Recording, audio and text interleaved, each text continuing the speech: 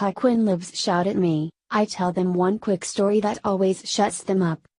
The latest Trump administration official to discover that dining outside of the house or apartment is a perilous gambit nowadays is Attorney General Jeff Sessions. He didn't get harassed during the meal, for whatever reason, but the restaurant at which he ate was forced to shut down its social media accounts after a visit to a El Tiempo Cantina restaurant in Houston ended with a photograph, according to Fox News.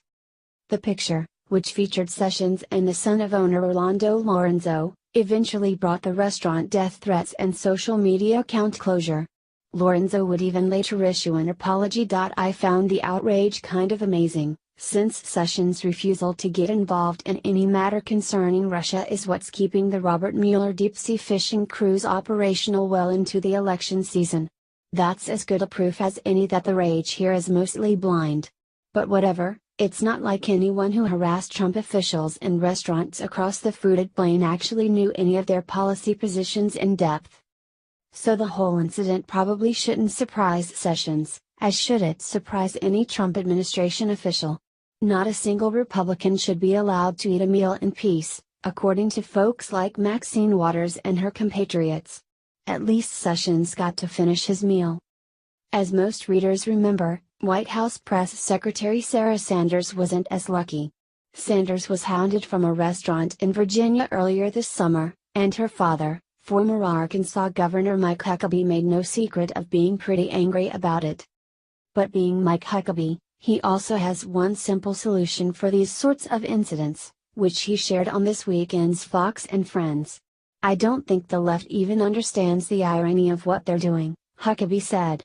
They say they're against fascism, but they're practicing a form of fascism by trying to shut down a viewpoint that they don't agree with. And not just shut down a viewpoint, but shut down anyone who has a commercial enterprise in which they do what they are supposed to do, which is be in business.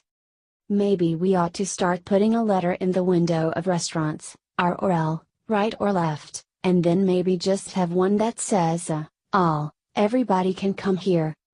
I think that what has to happen is that restaurants and businesses and people need to start pushing back on this very vocal but very un-American minority who thinks that it's their responsibility to shut down people's businesses because they don't like who went into that business in a public place. This is really outrageous. Asked whether he had been asked to leave places, Huckabee said yes, but just because they didn't like what I ordered. However, aside from that joke, he said he handles it a little bit differently. When someone comes up to me in a public place and they get in my face and they tell me I'm the biggest idiot they've ever seen, and I'm horrible, and they go through the whole litany of things. I just look at them, I let them finish, I smile at them and I say, funny you should say that. My wife says that same thing to me almost every day. Huckabee 1, Trolls 0.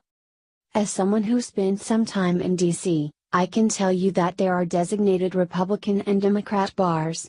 This, I suppose, might not be the worst thing. I didn't meet a whole lot of people who went to these establishments to simply nurse a youngling for an hour or so and then take the metro back to their apartment. An alcohol-filled atmosphere led to a lot of, vociferous disagreements if there was an interloper, but this policy was completely voluntary and I didn't see bouncers ejecting liberals or conservatives on site. When it comes to restaurants, this is significantly different. It's essentially saying that you don't have to serve who you don't want to because you don't agree with their political views. That's going to lead to a country like the one that Huckabee described, and God help us all if that's where we end up. The restaurant owner who had to apologize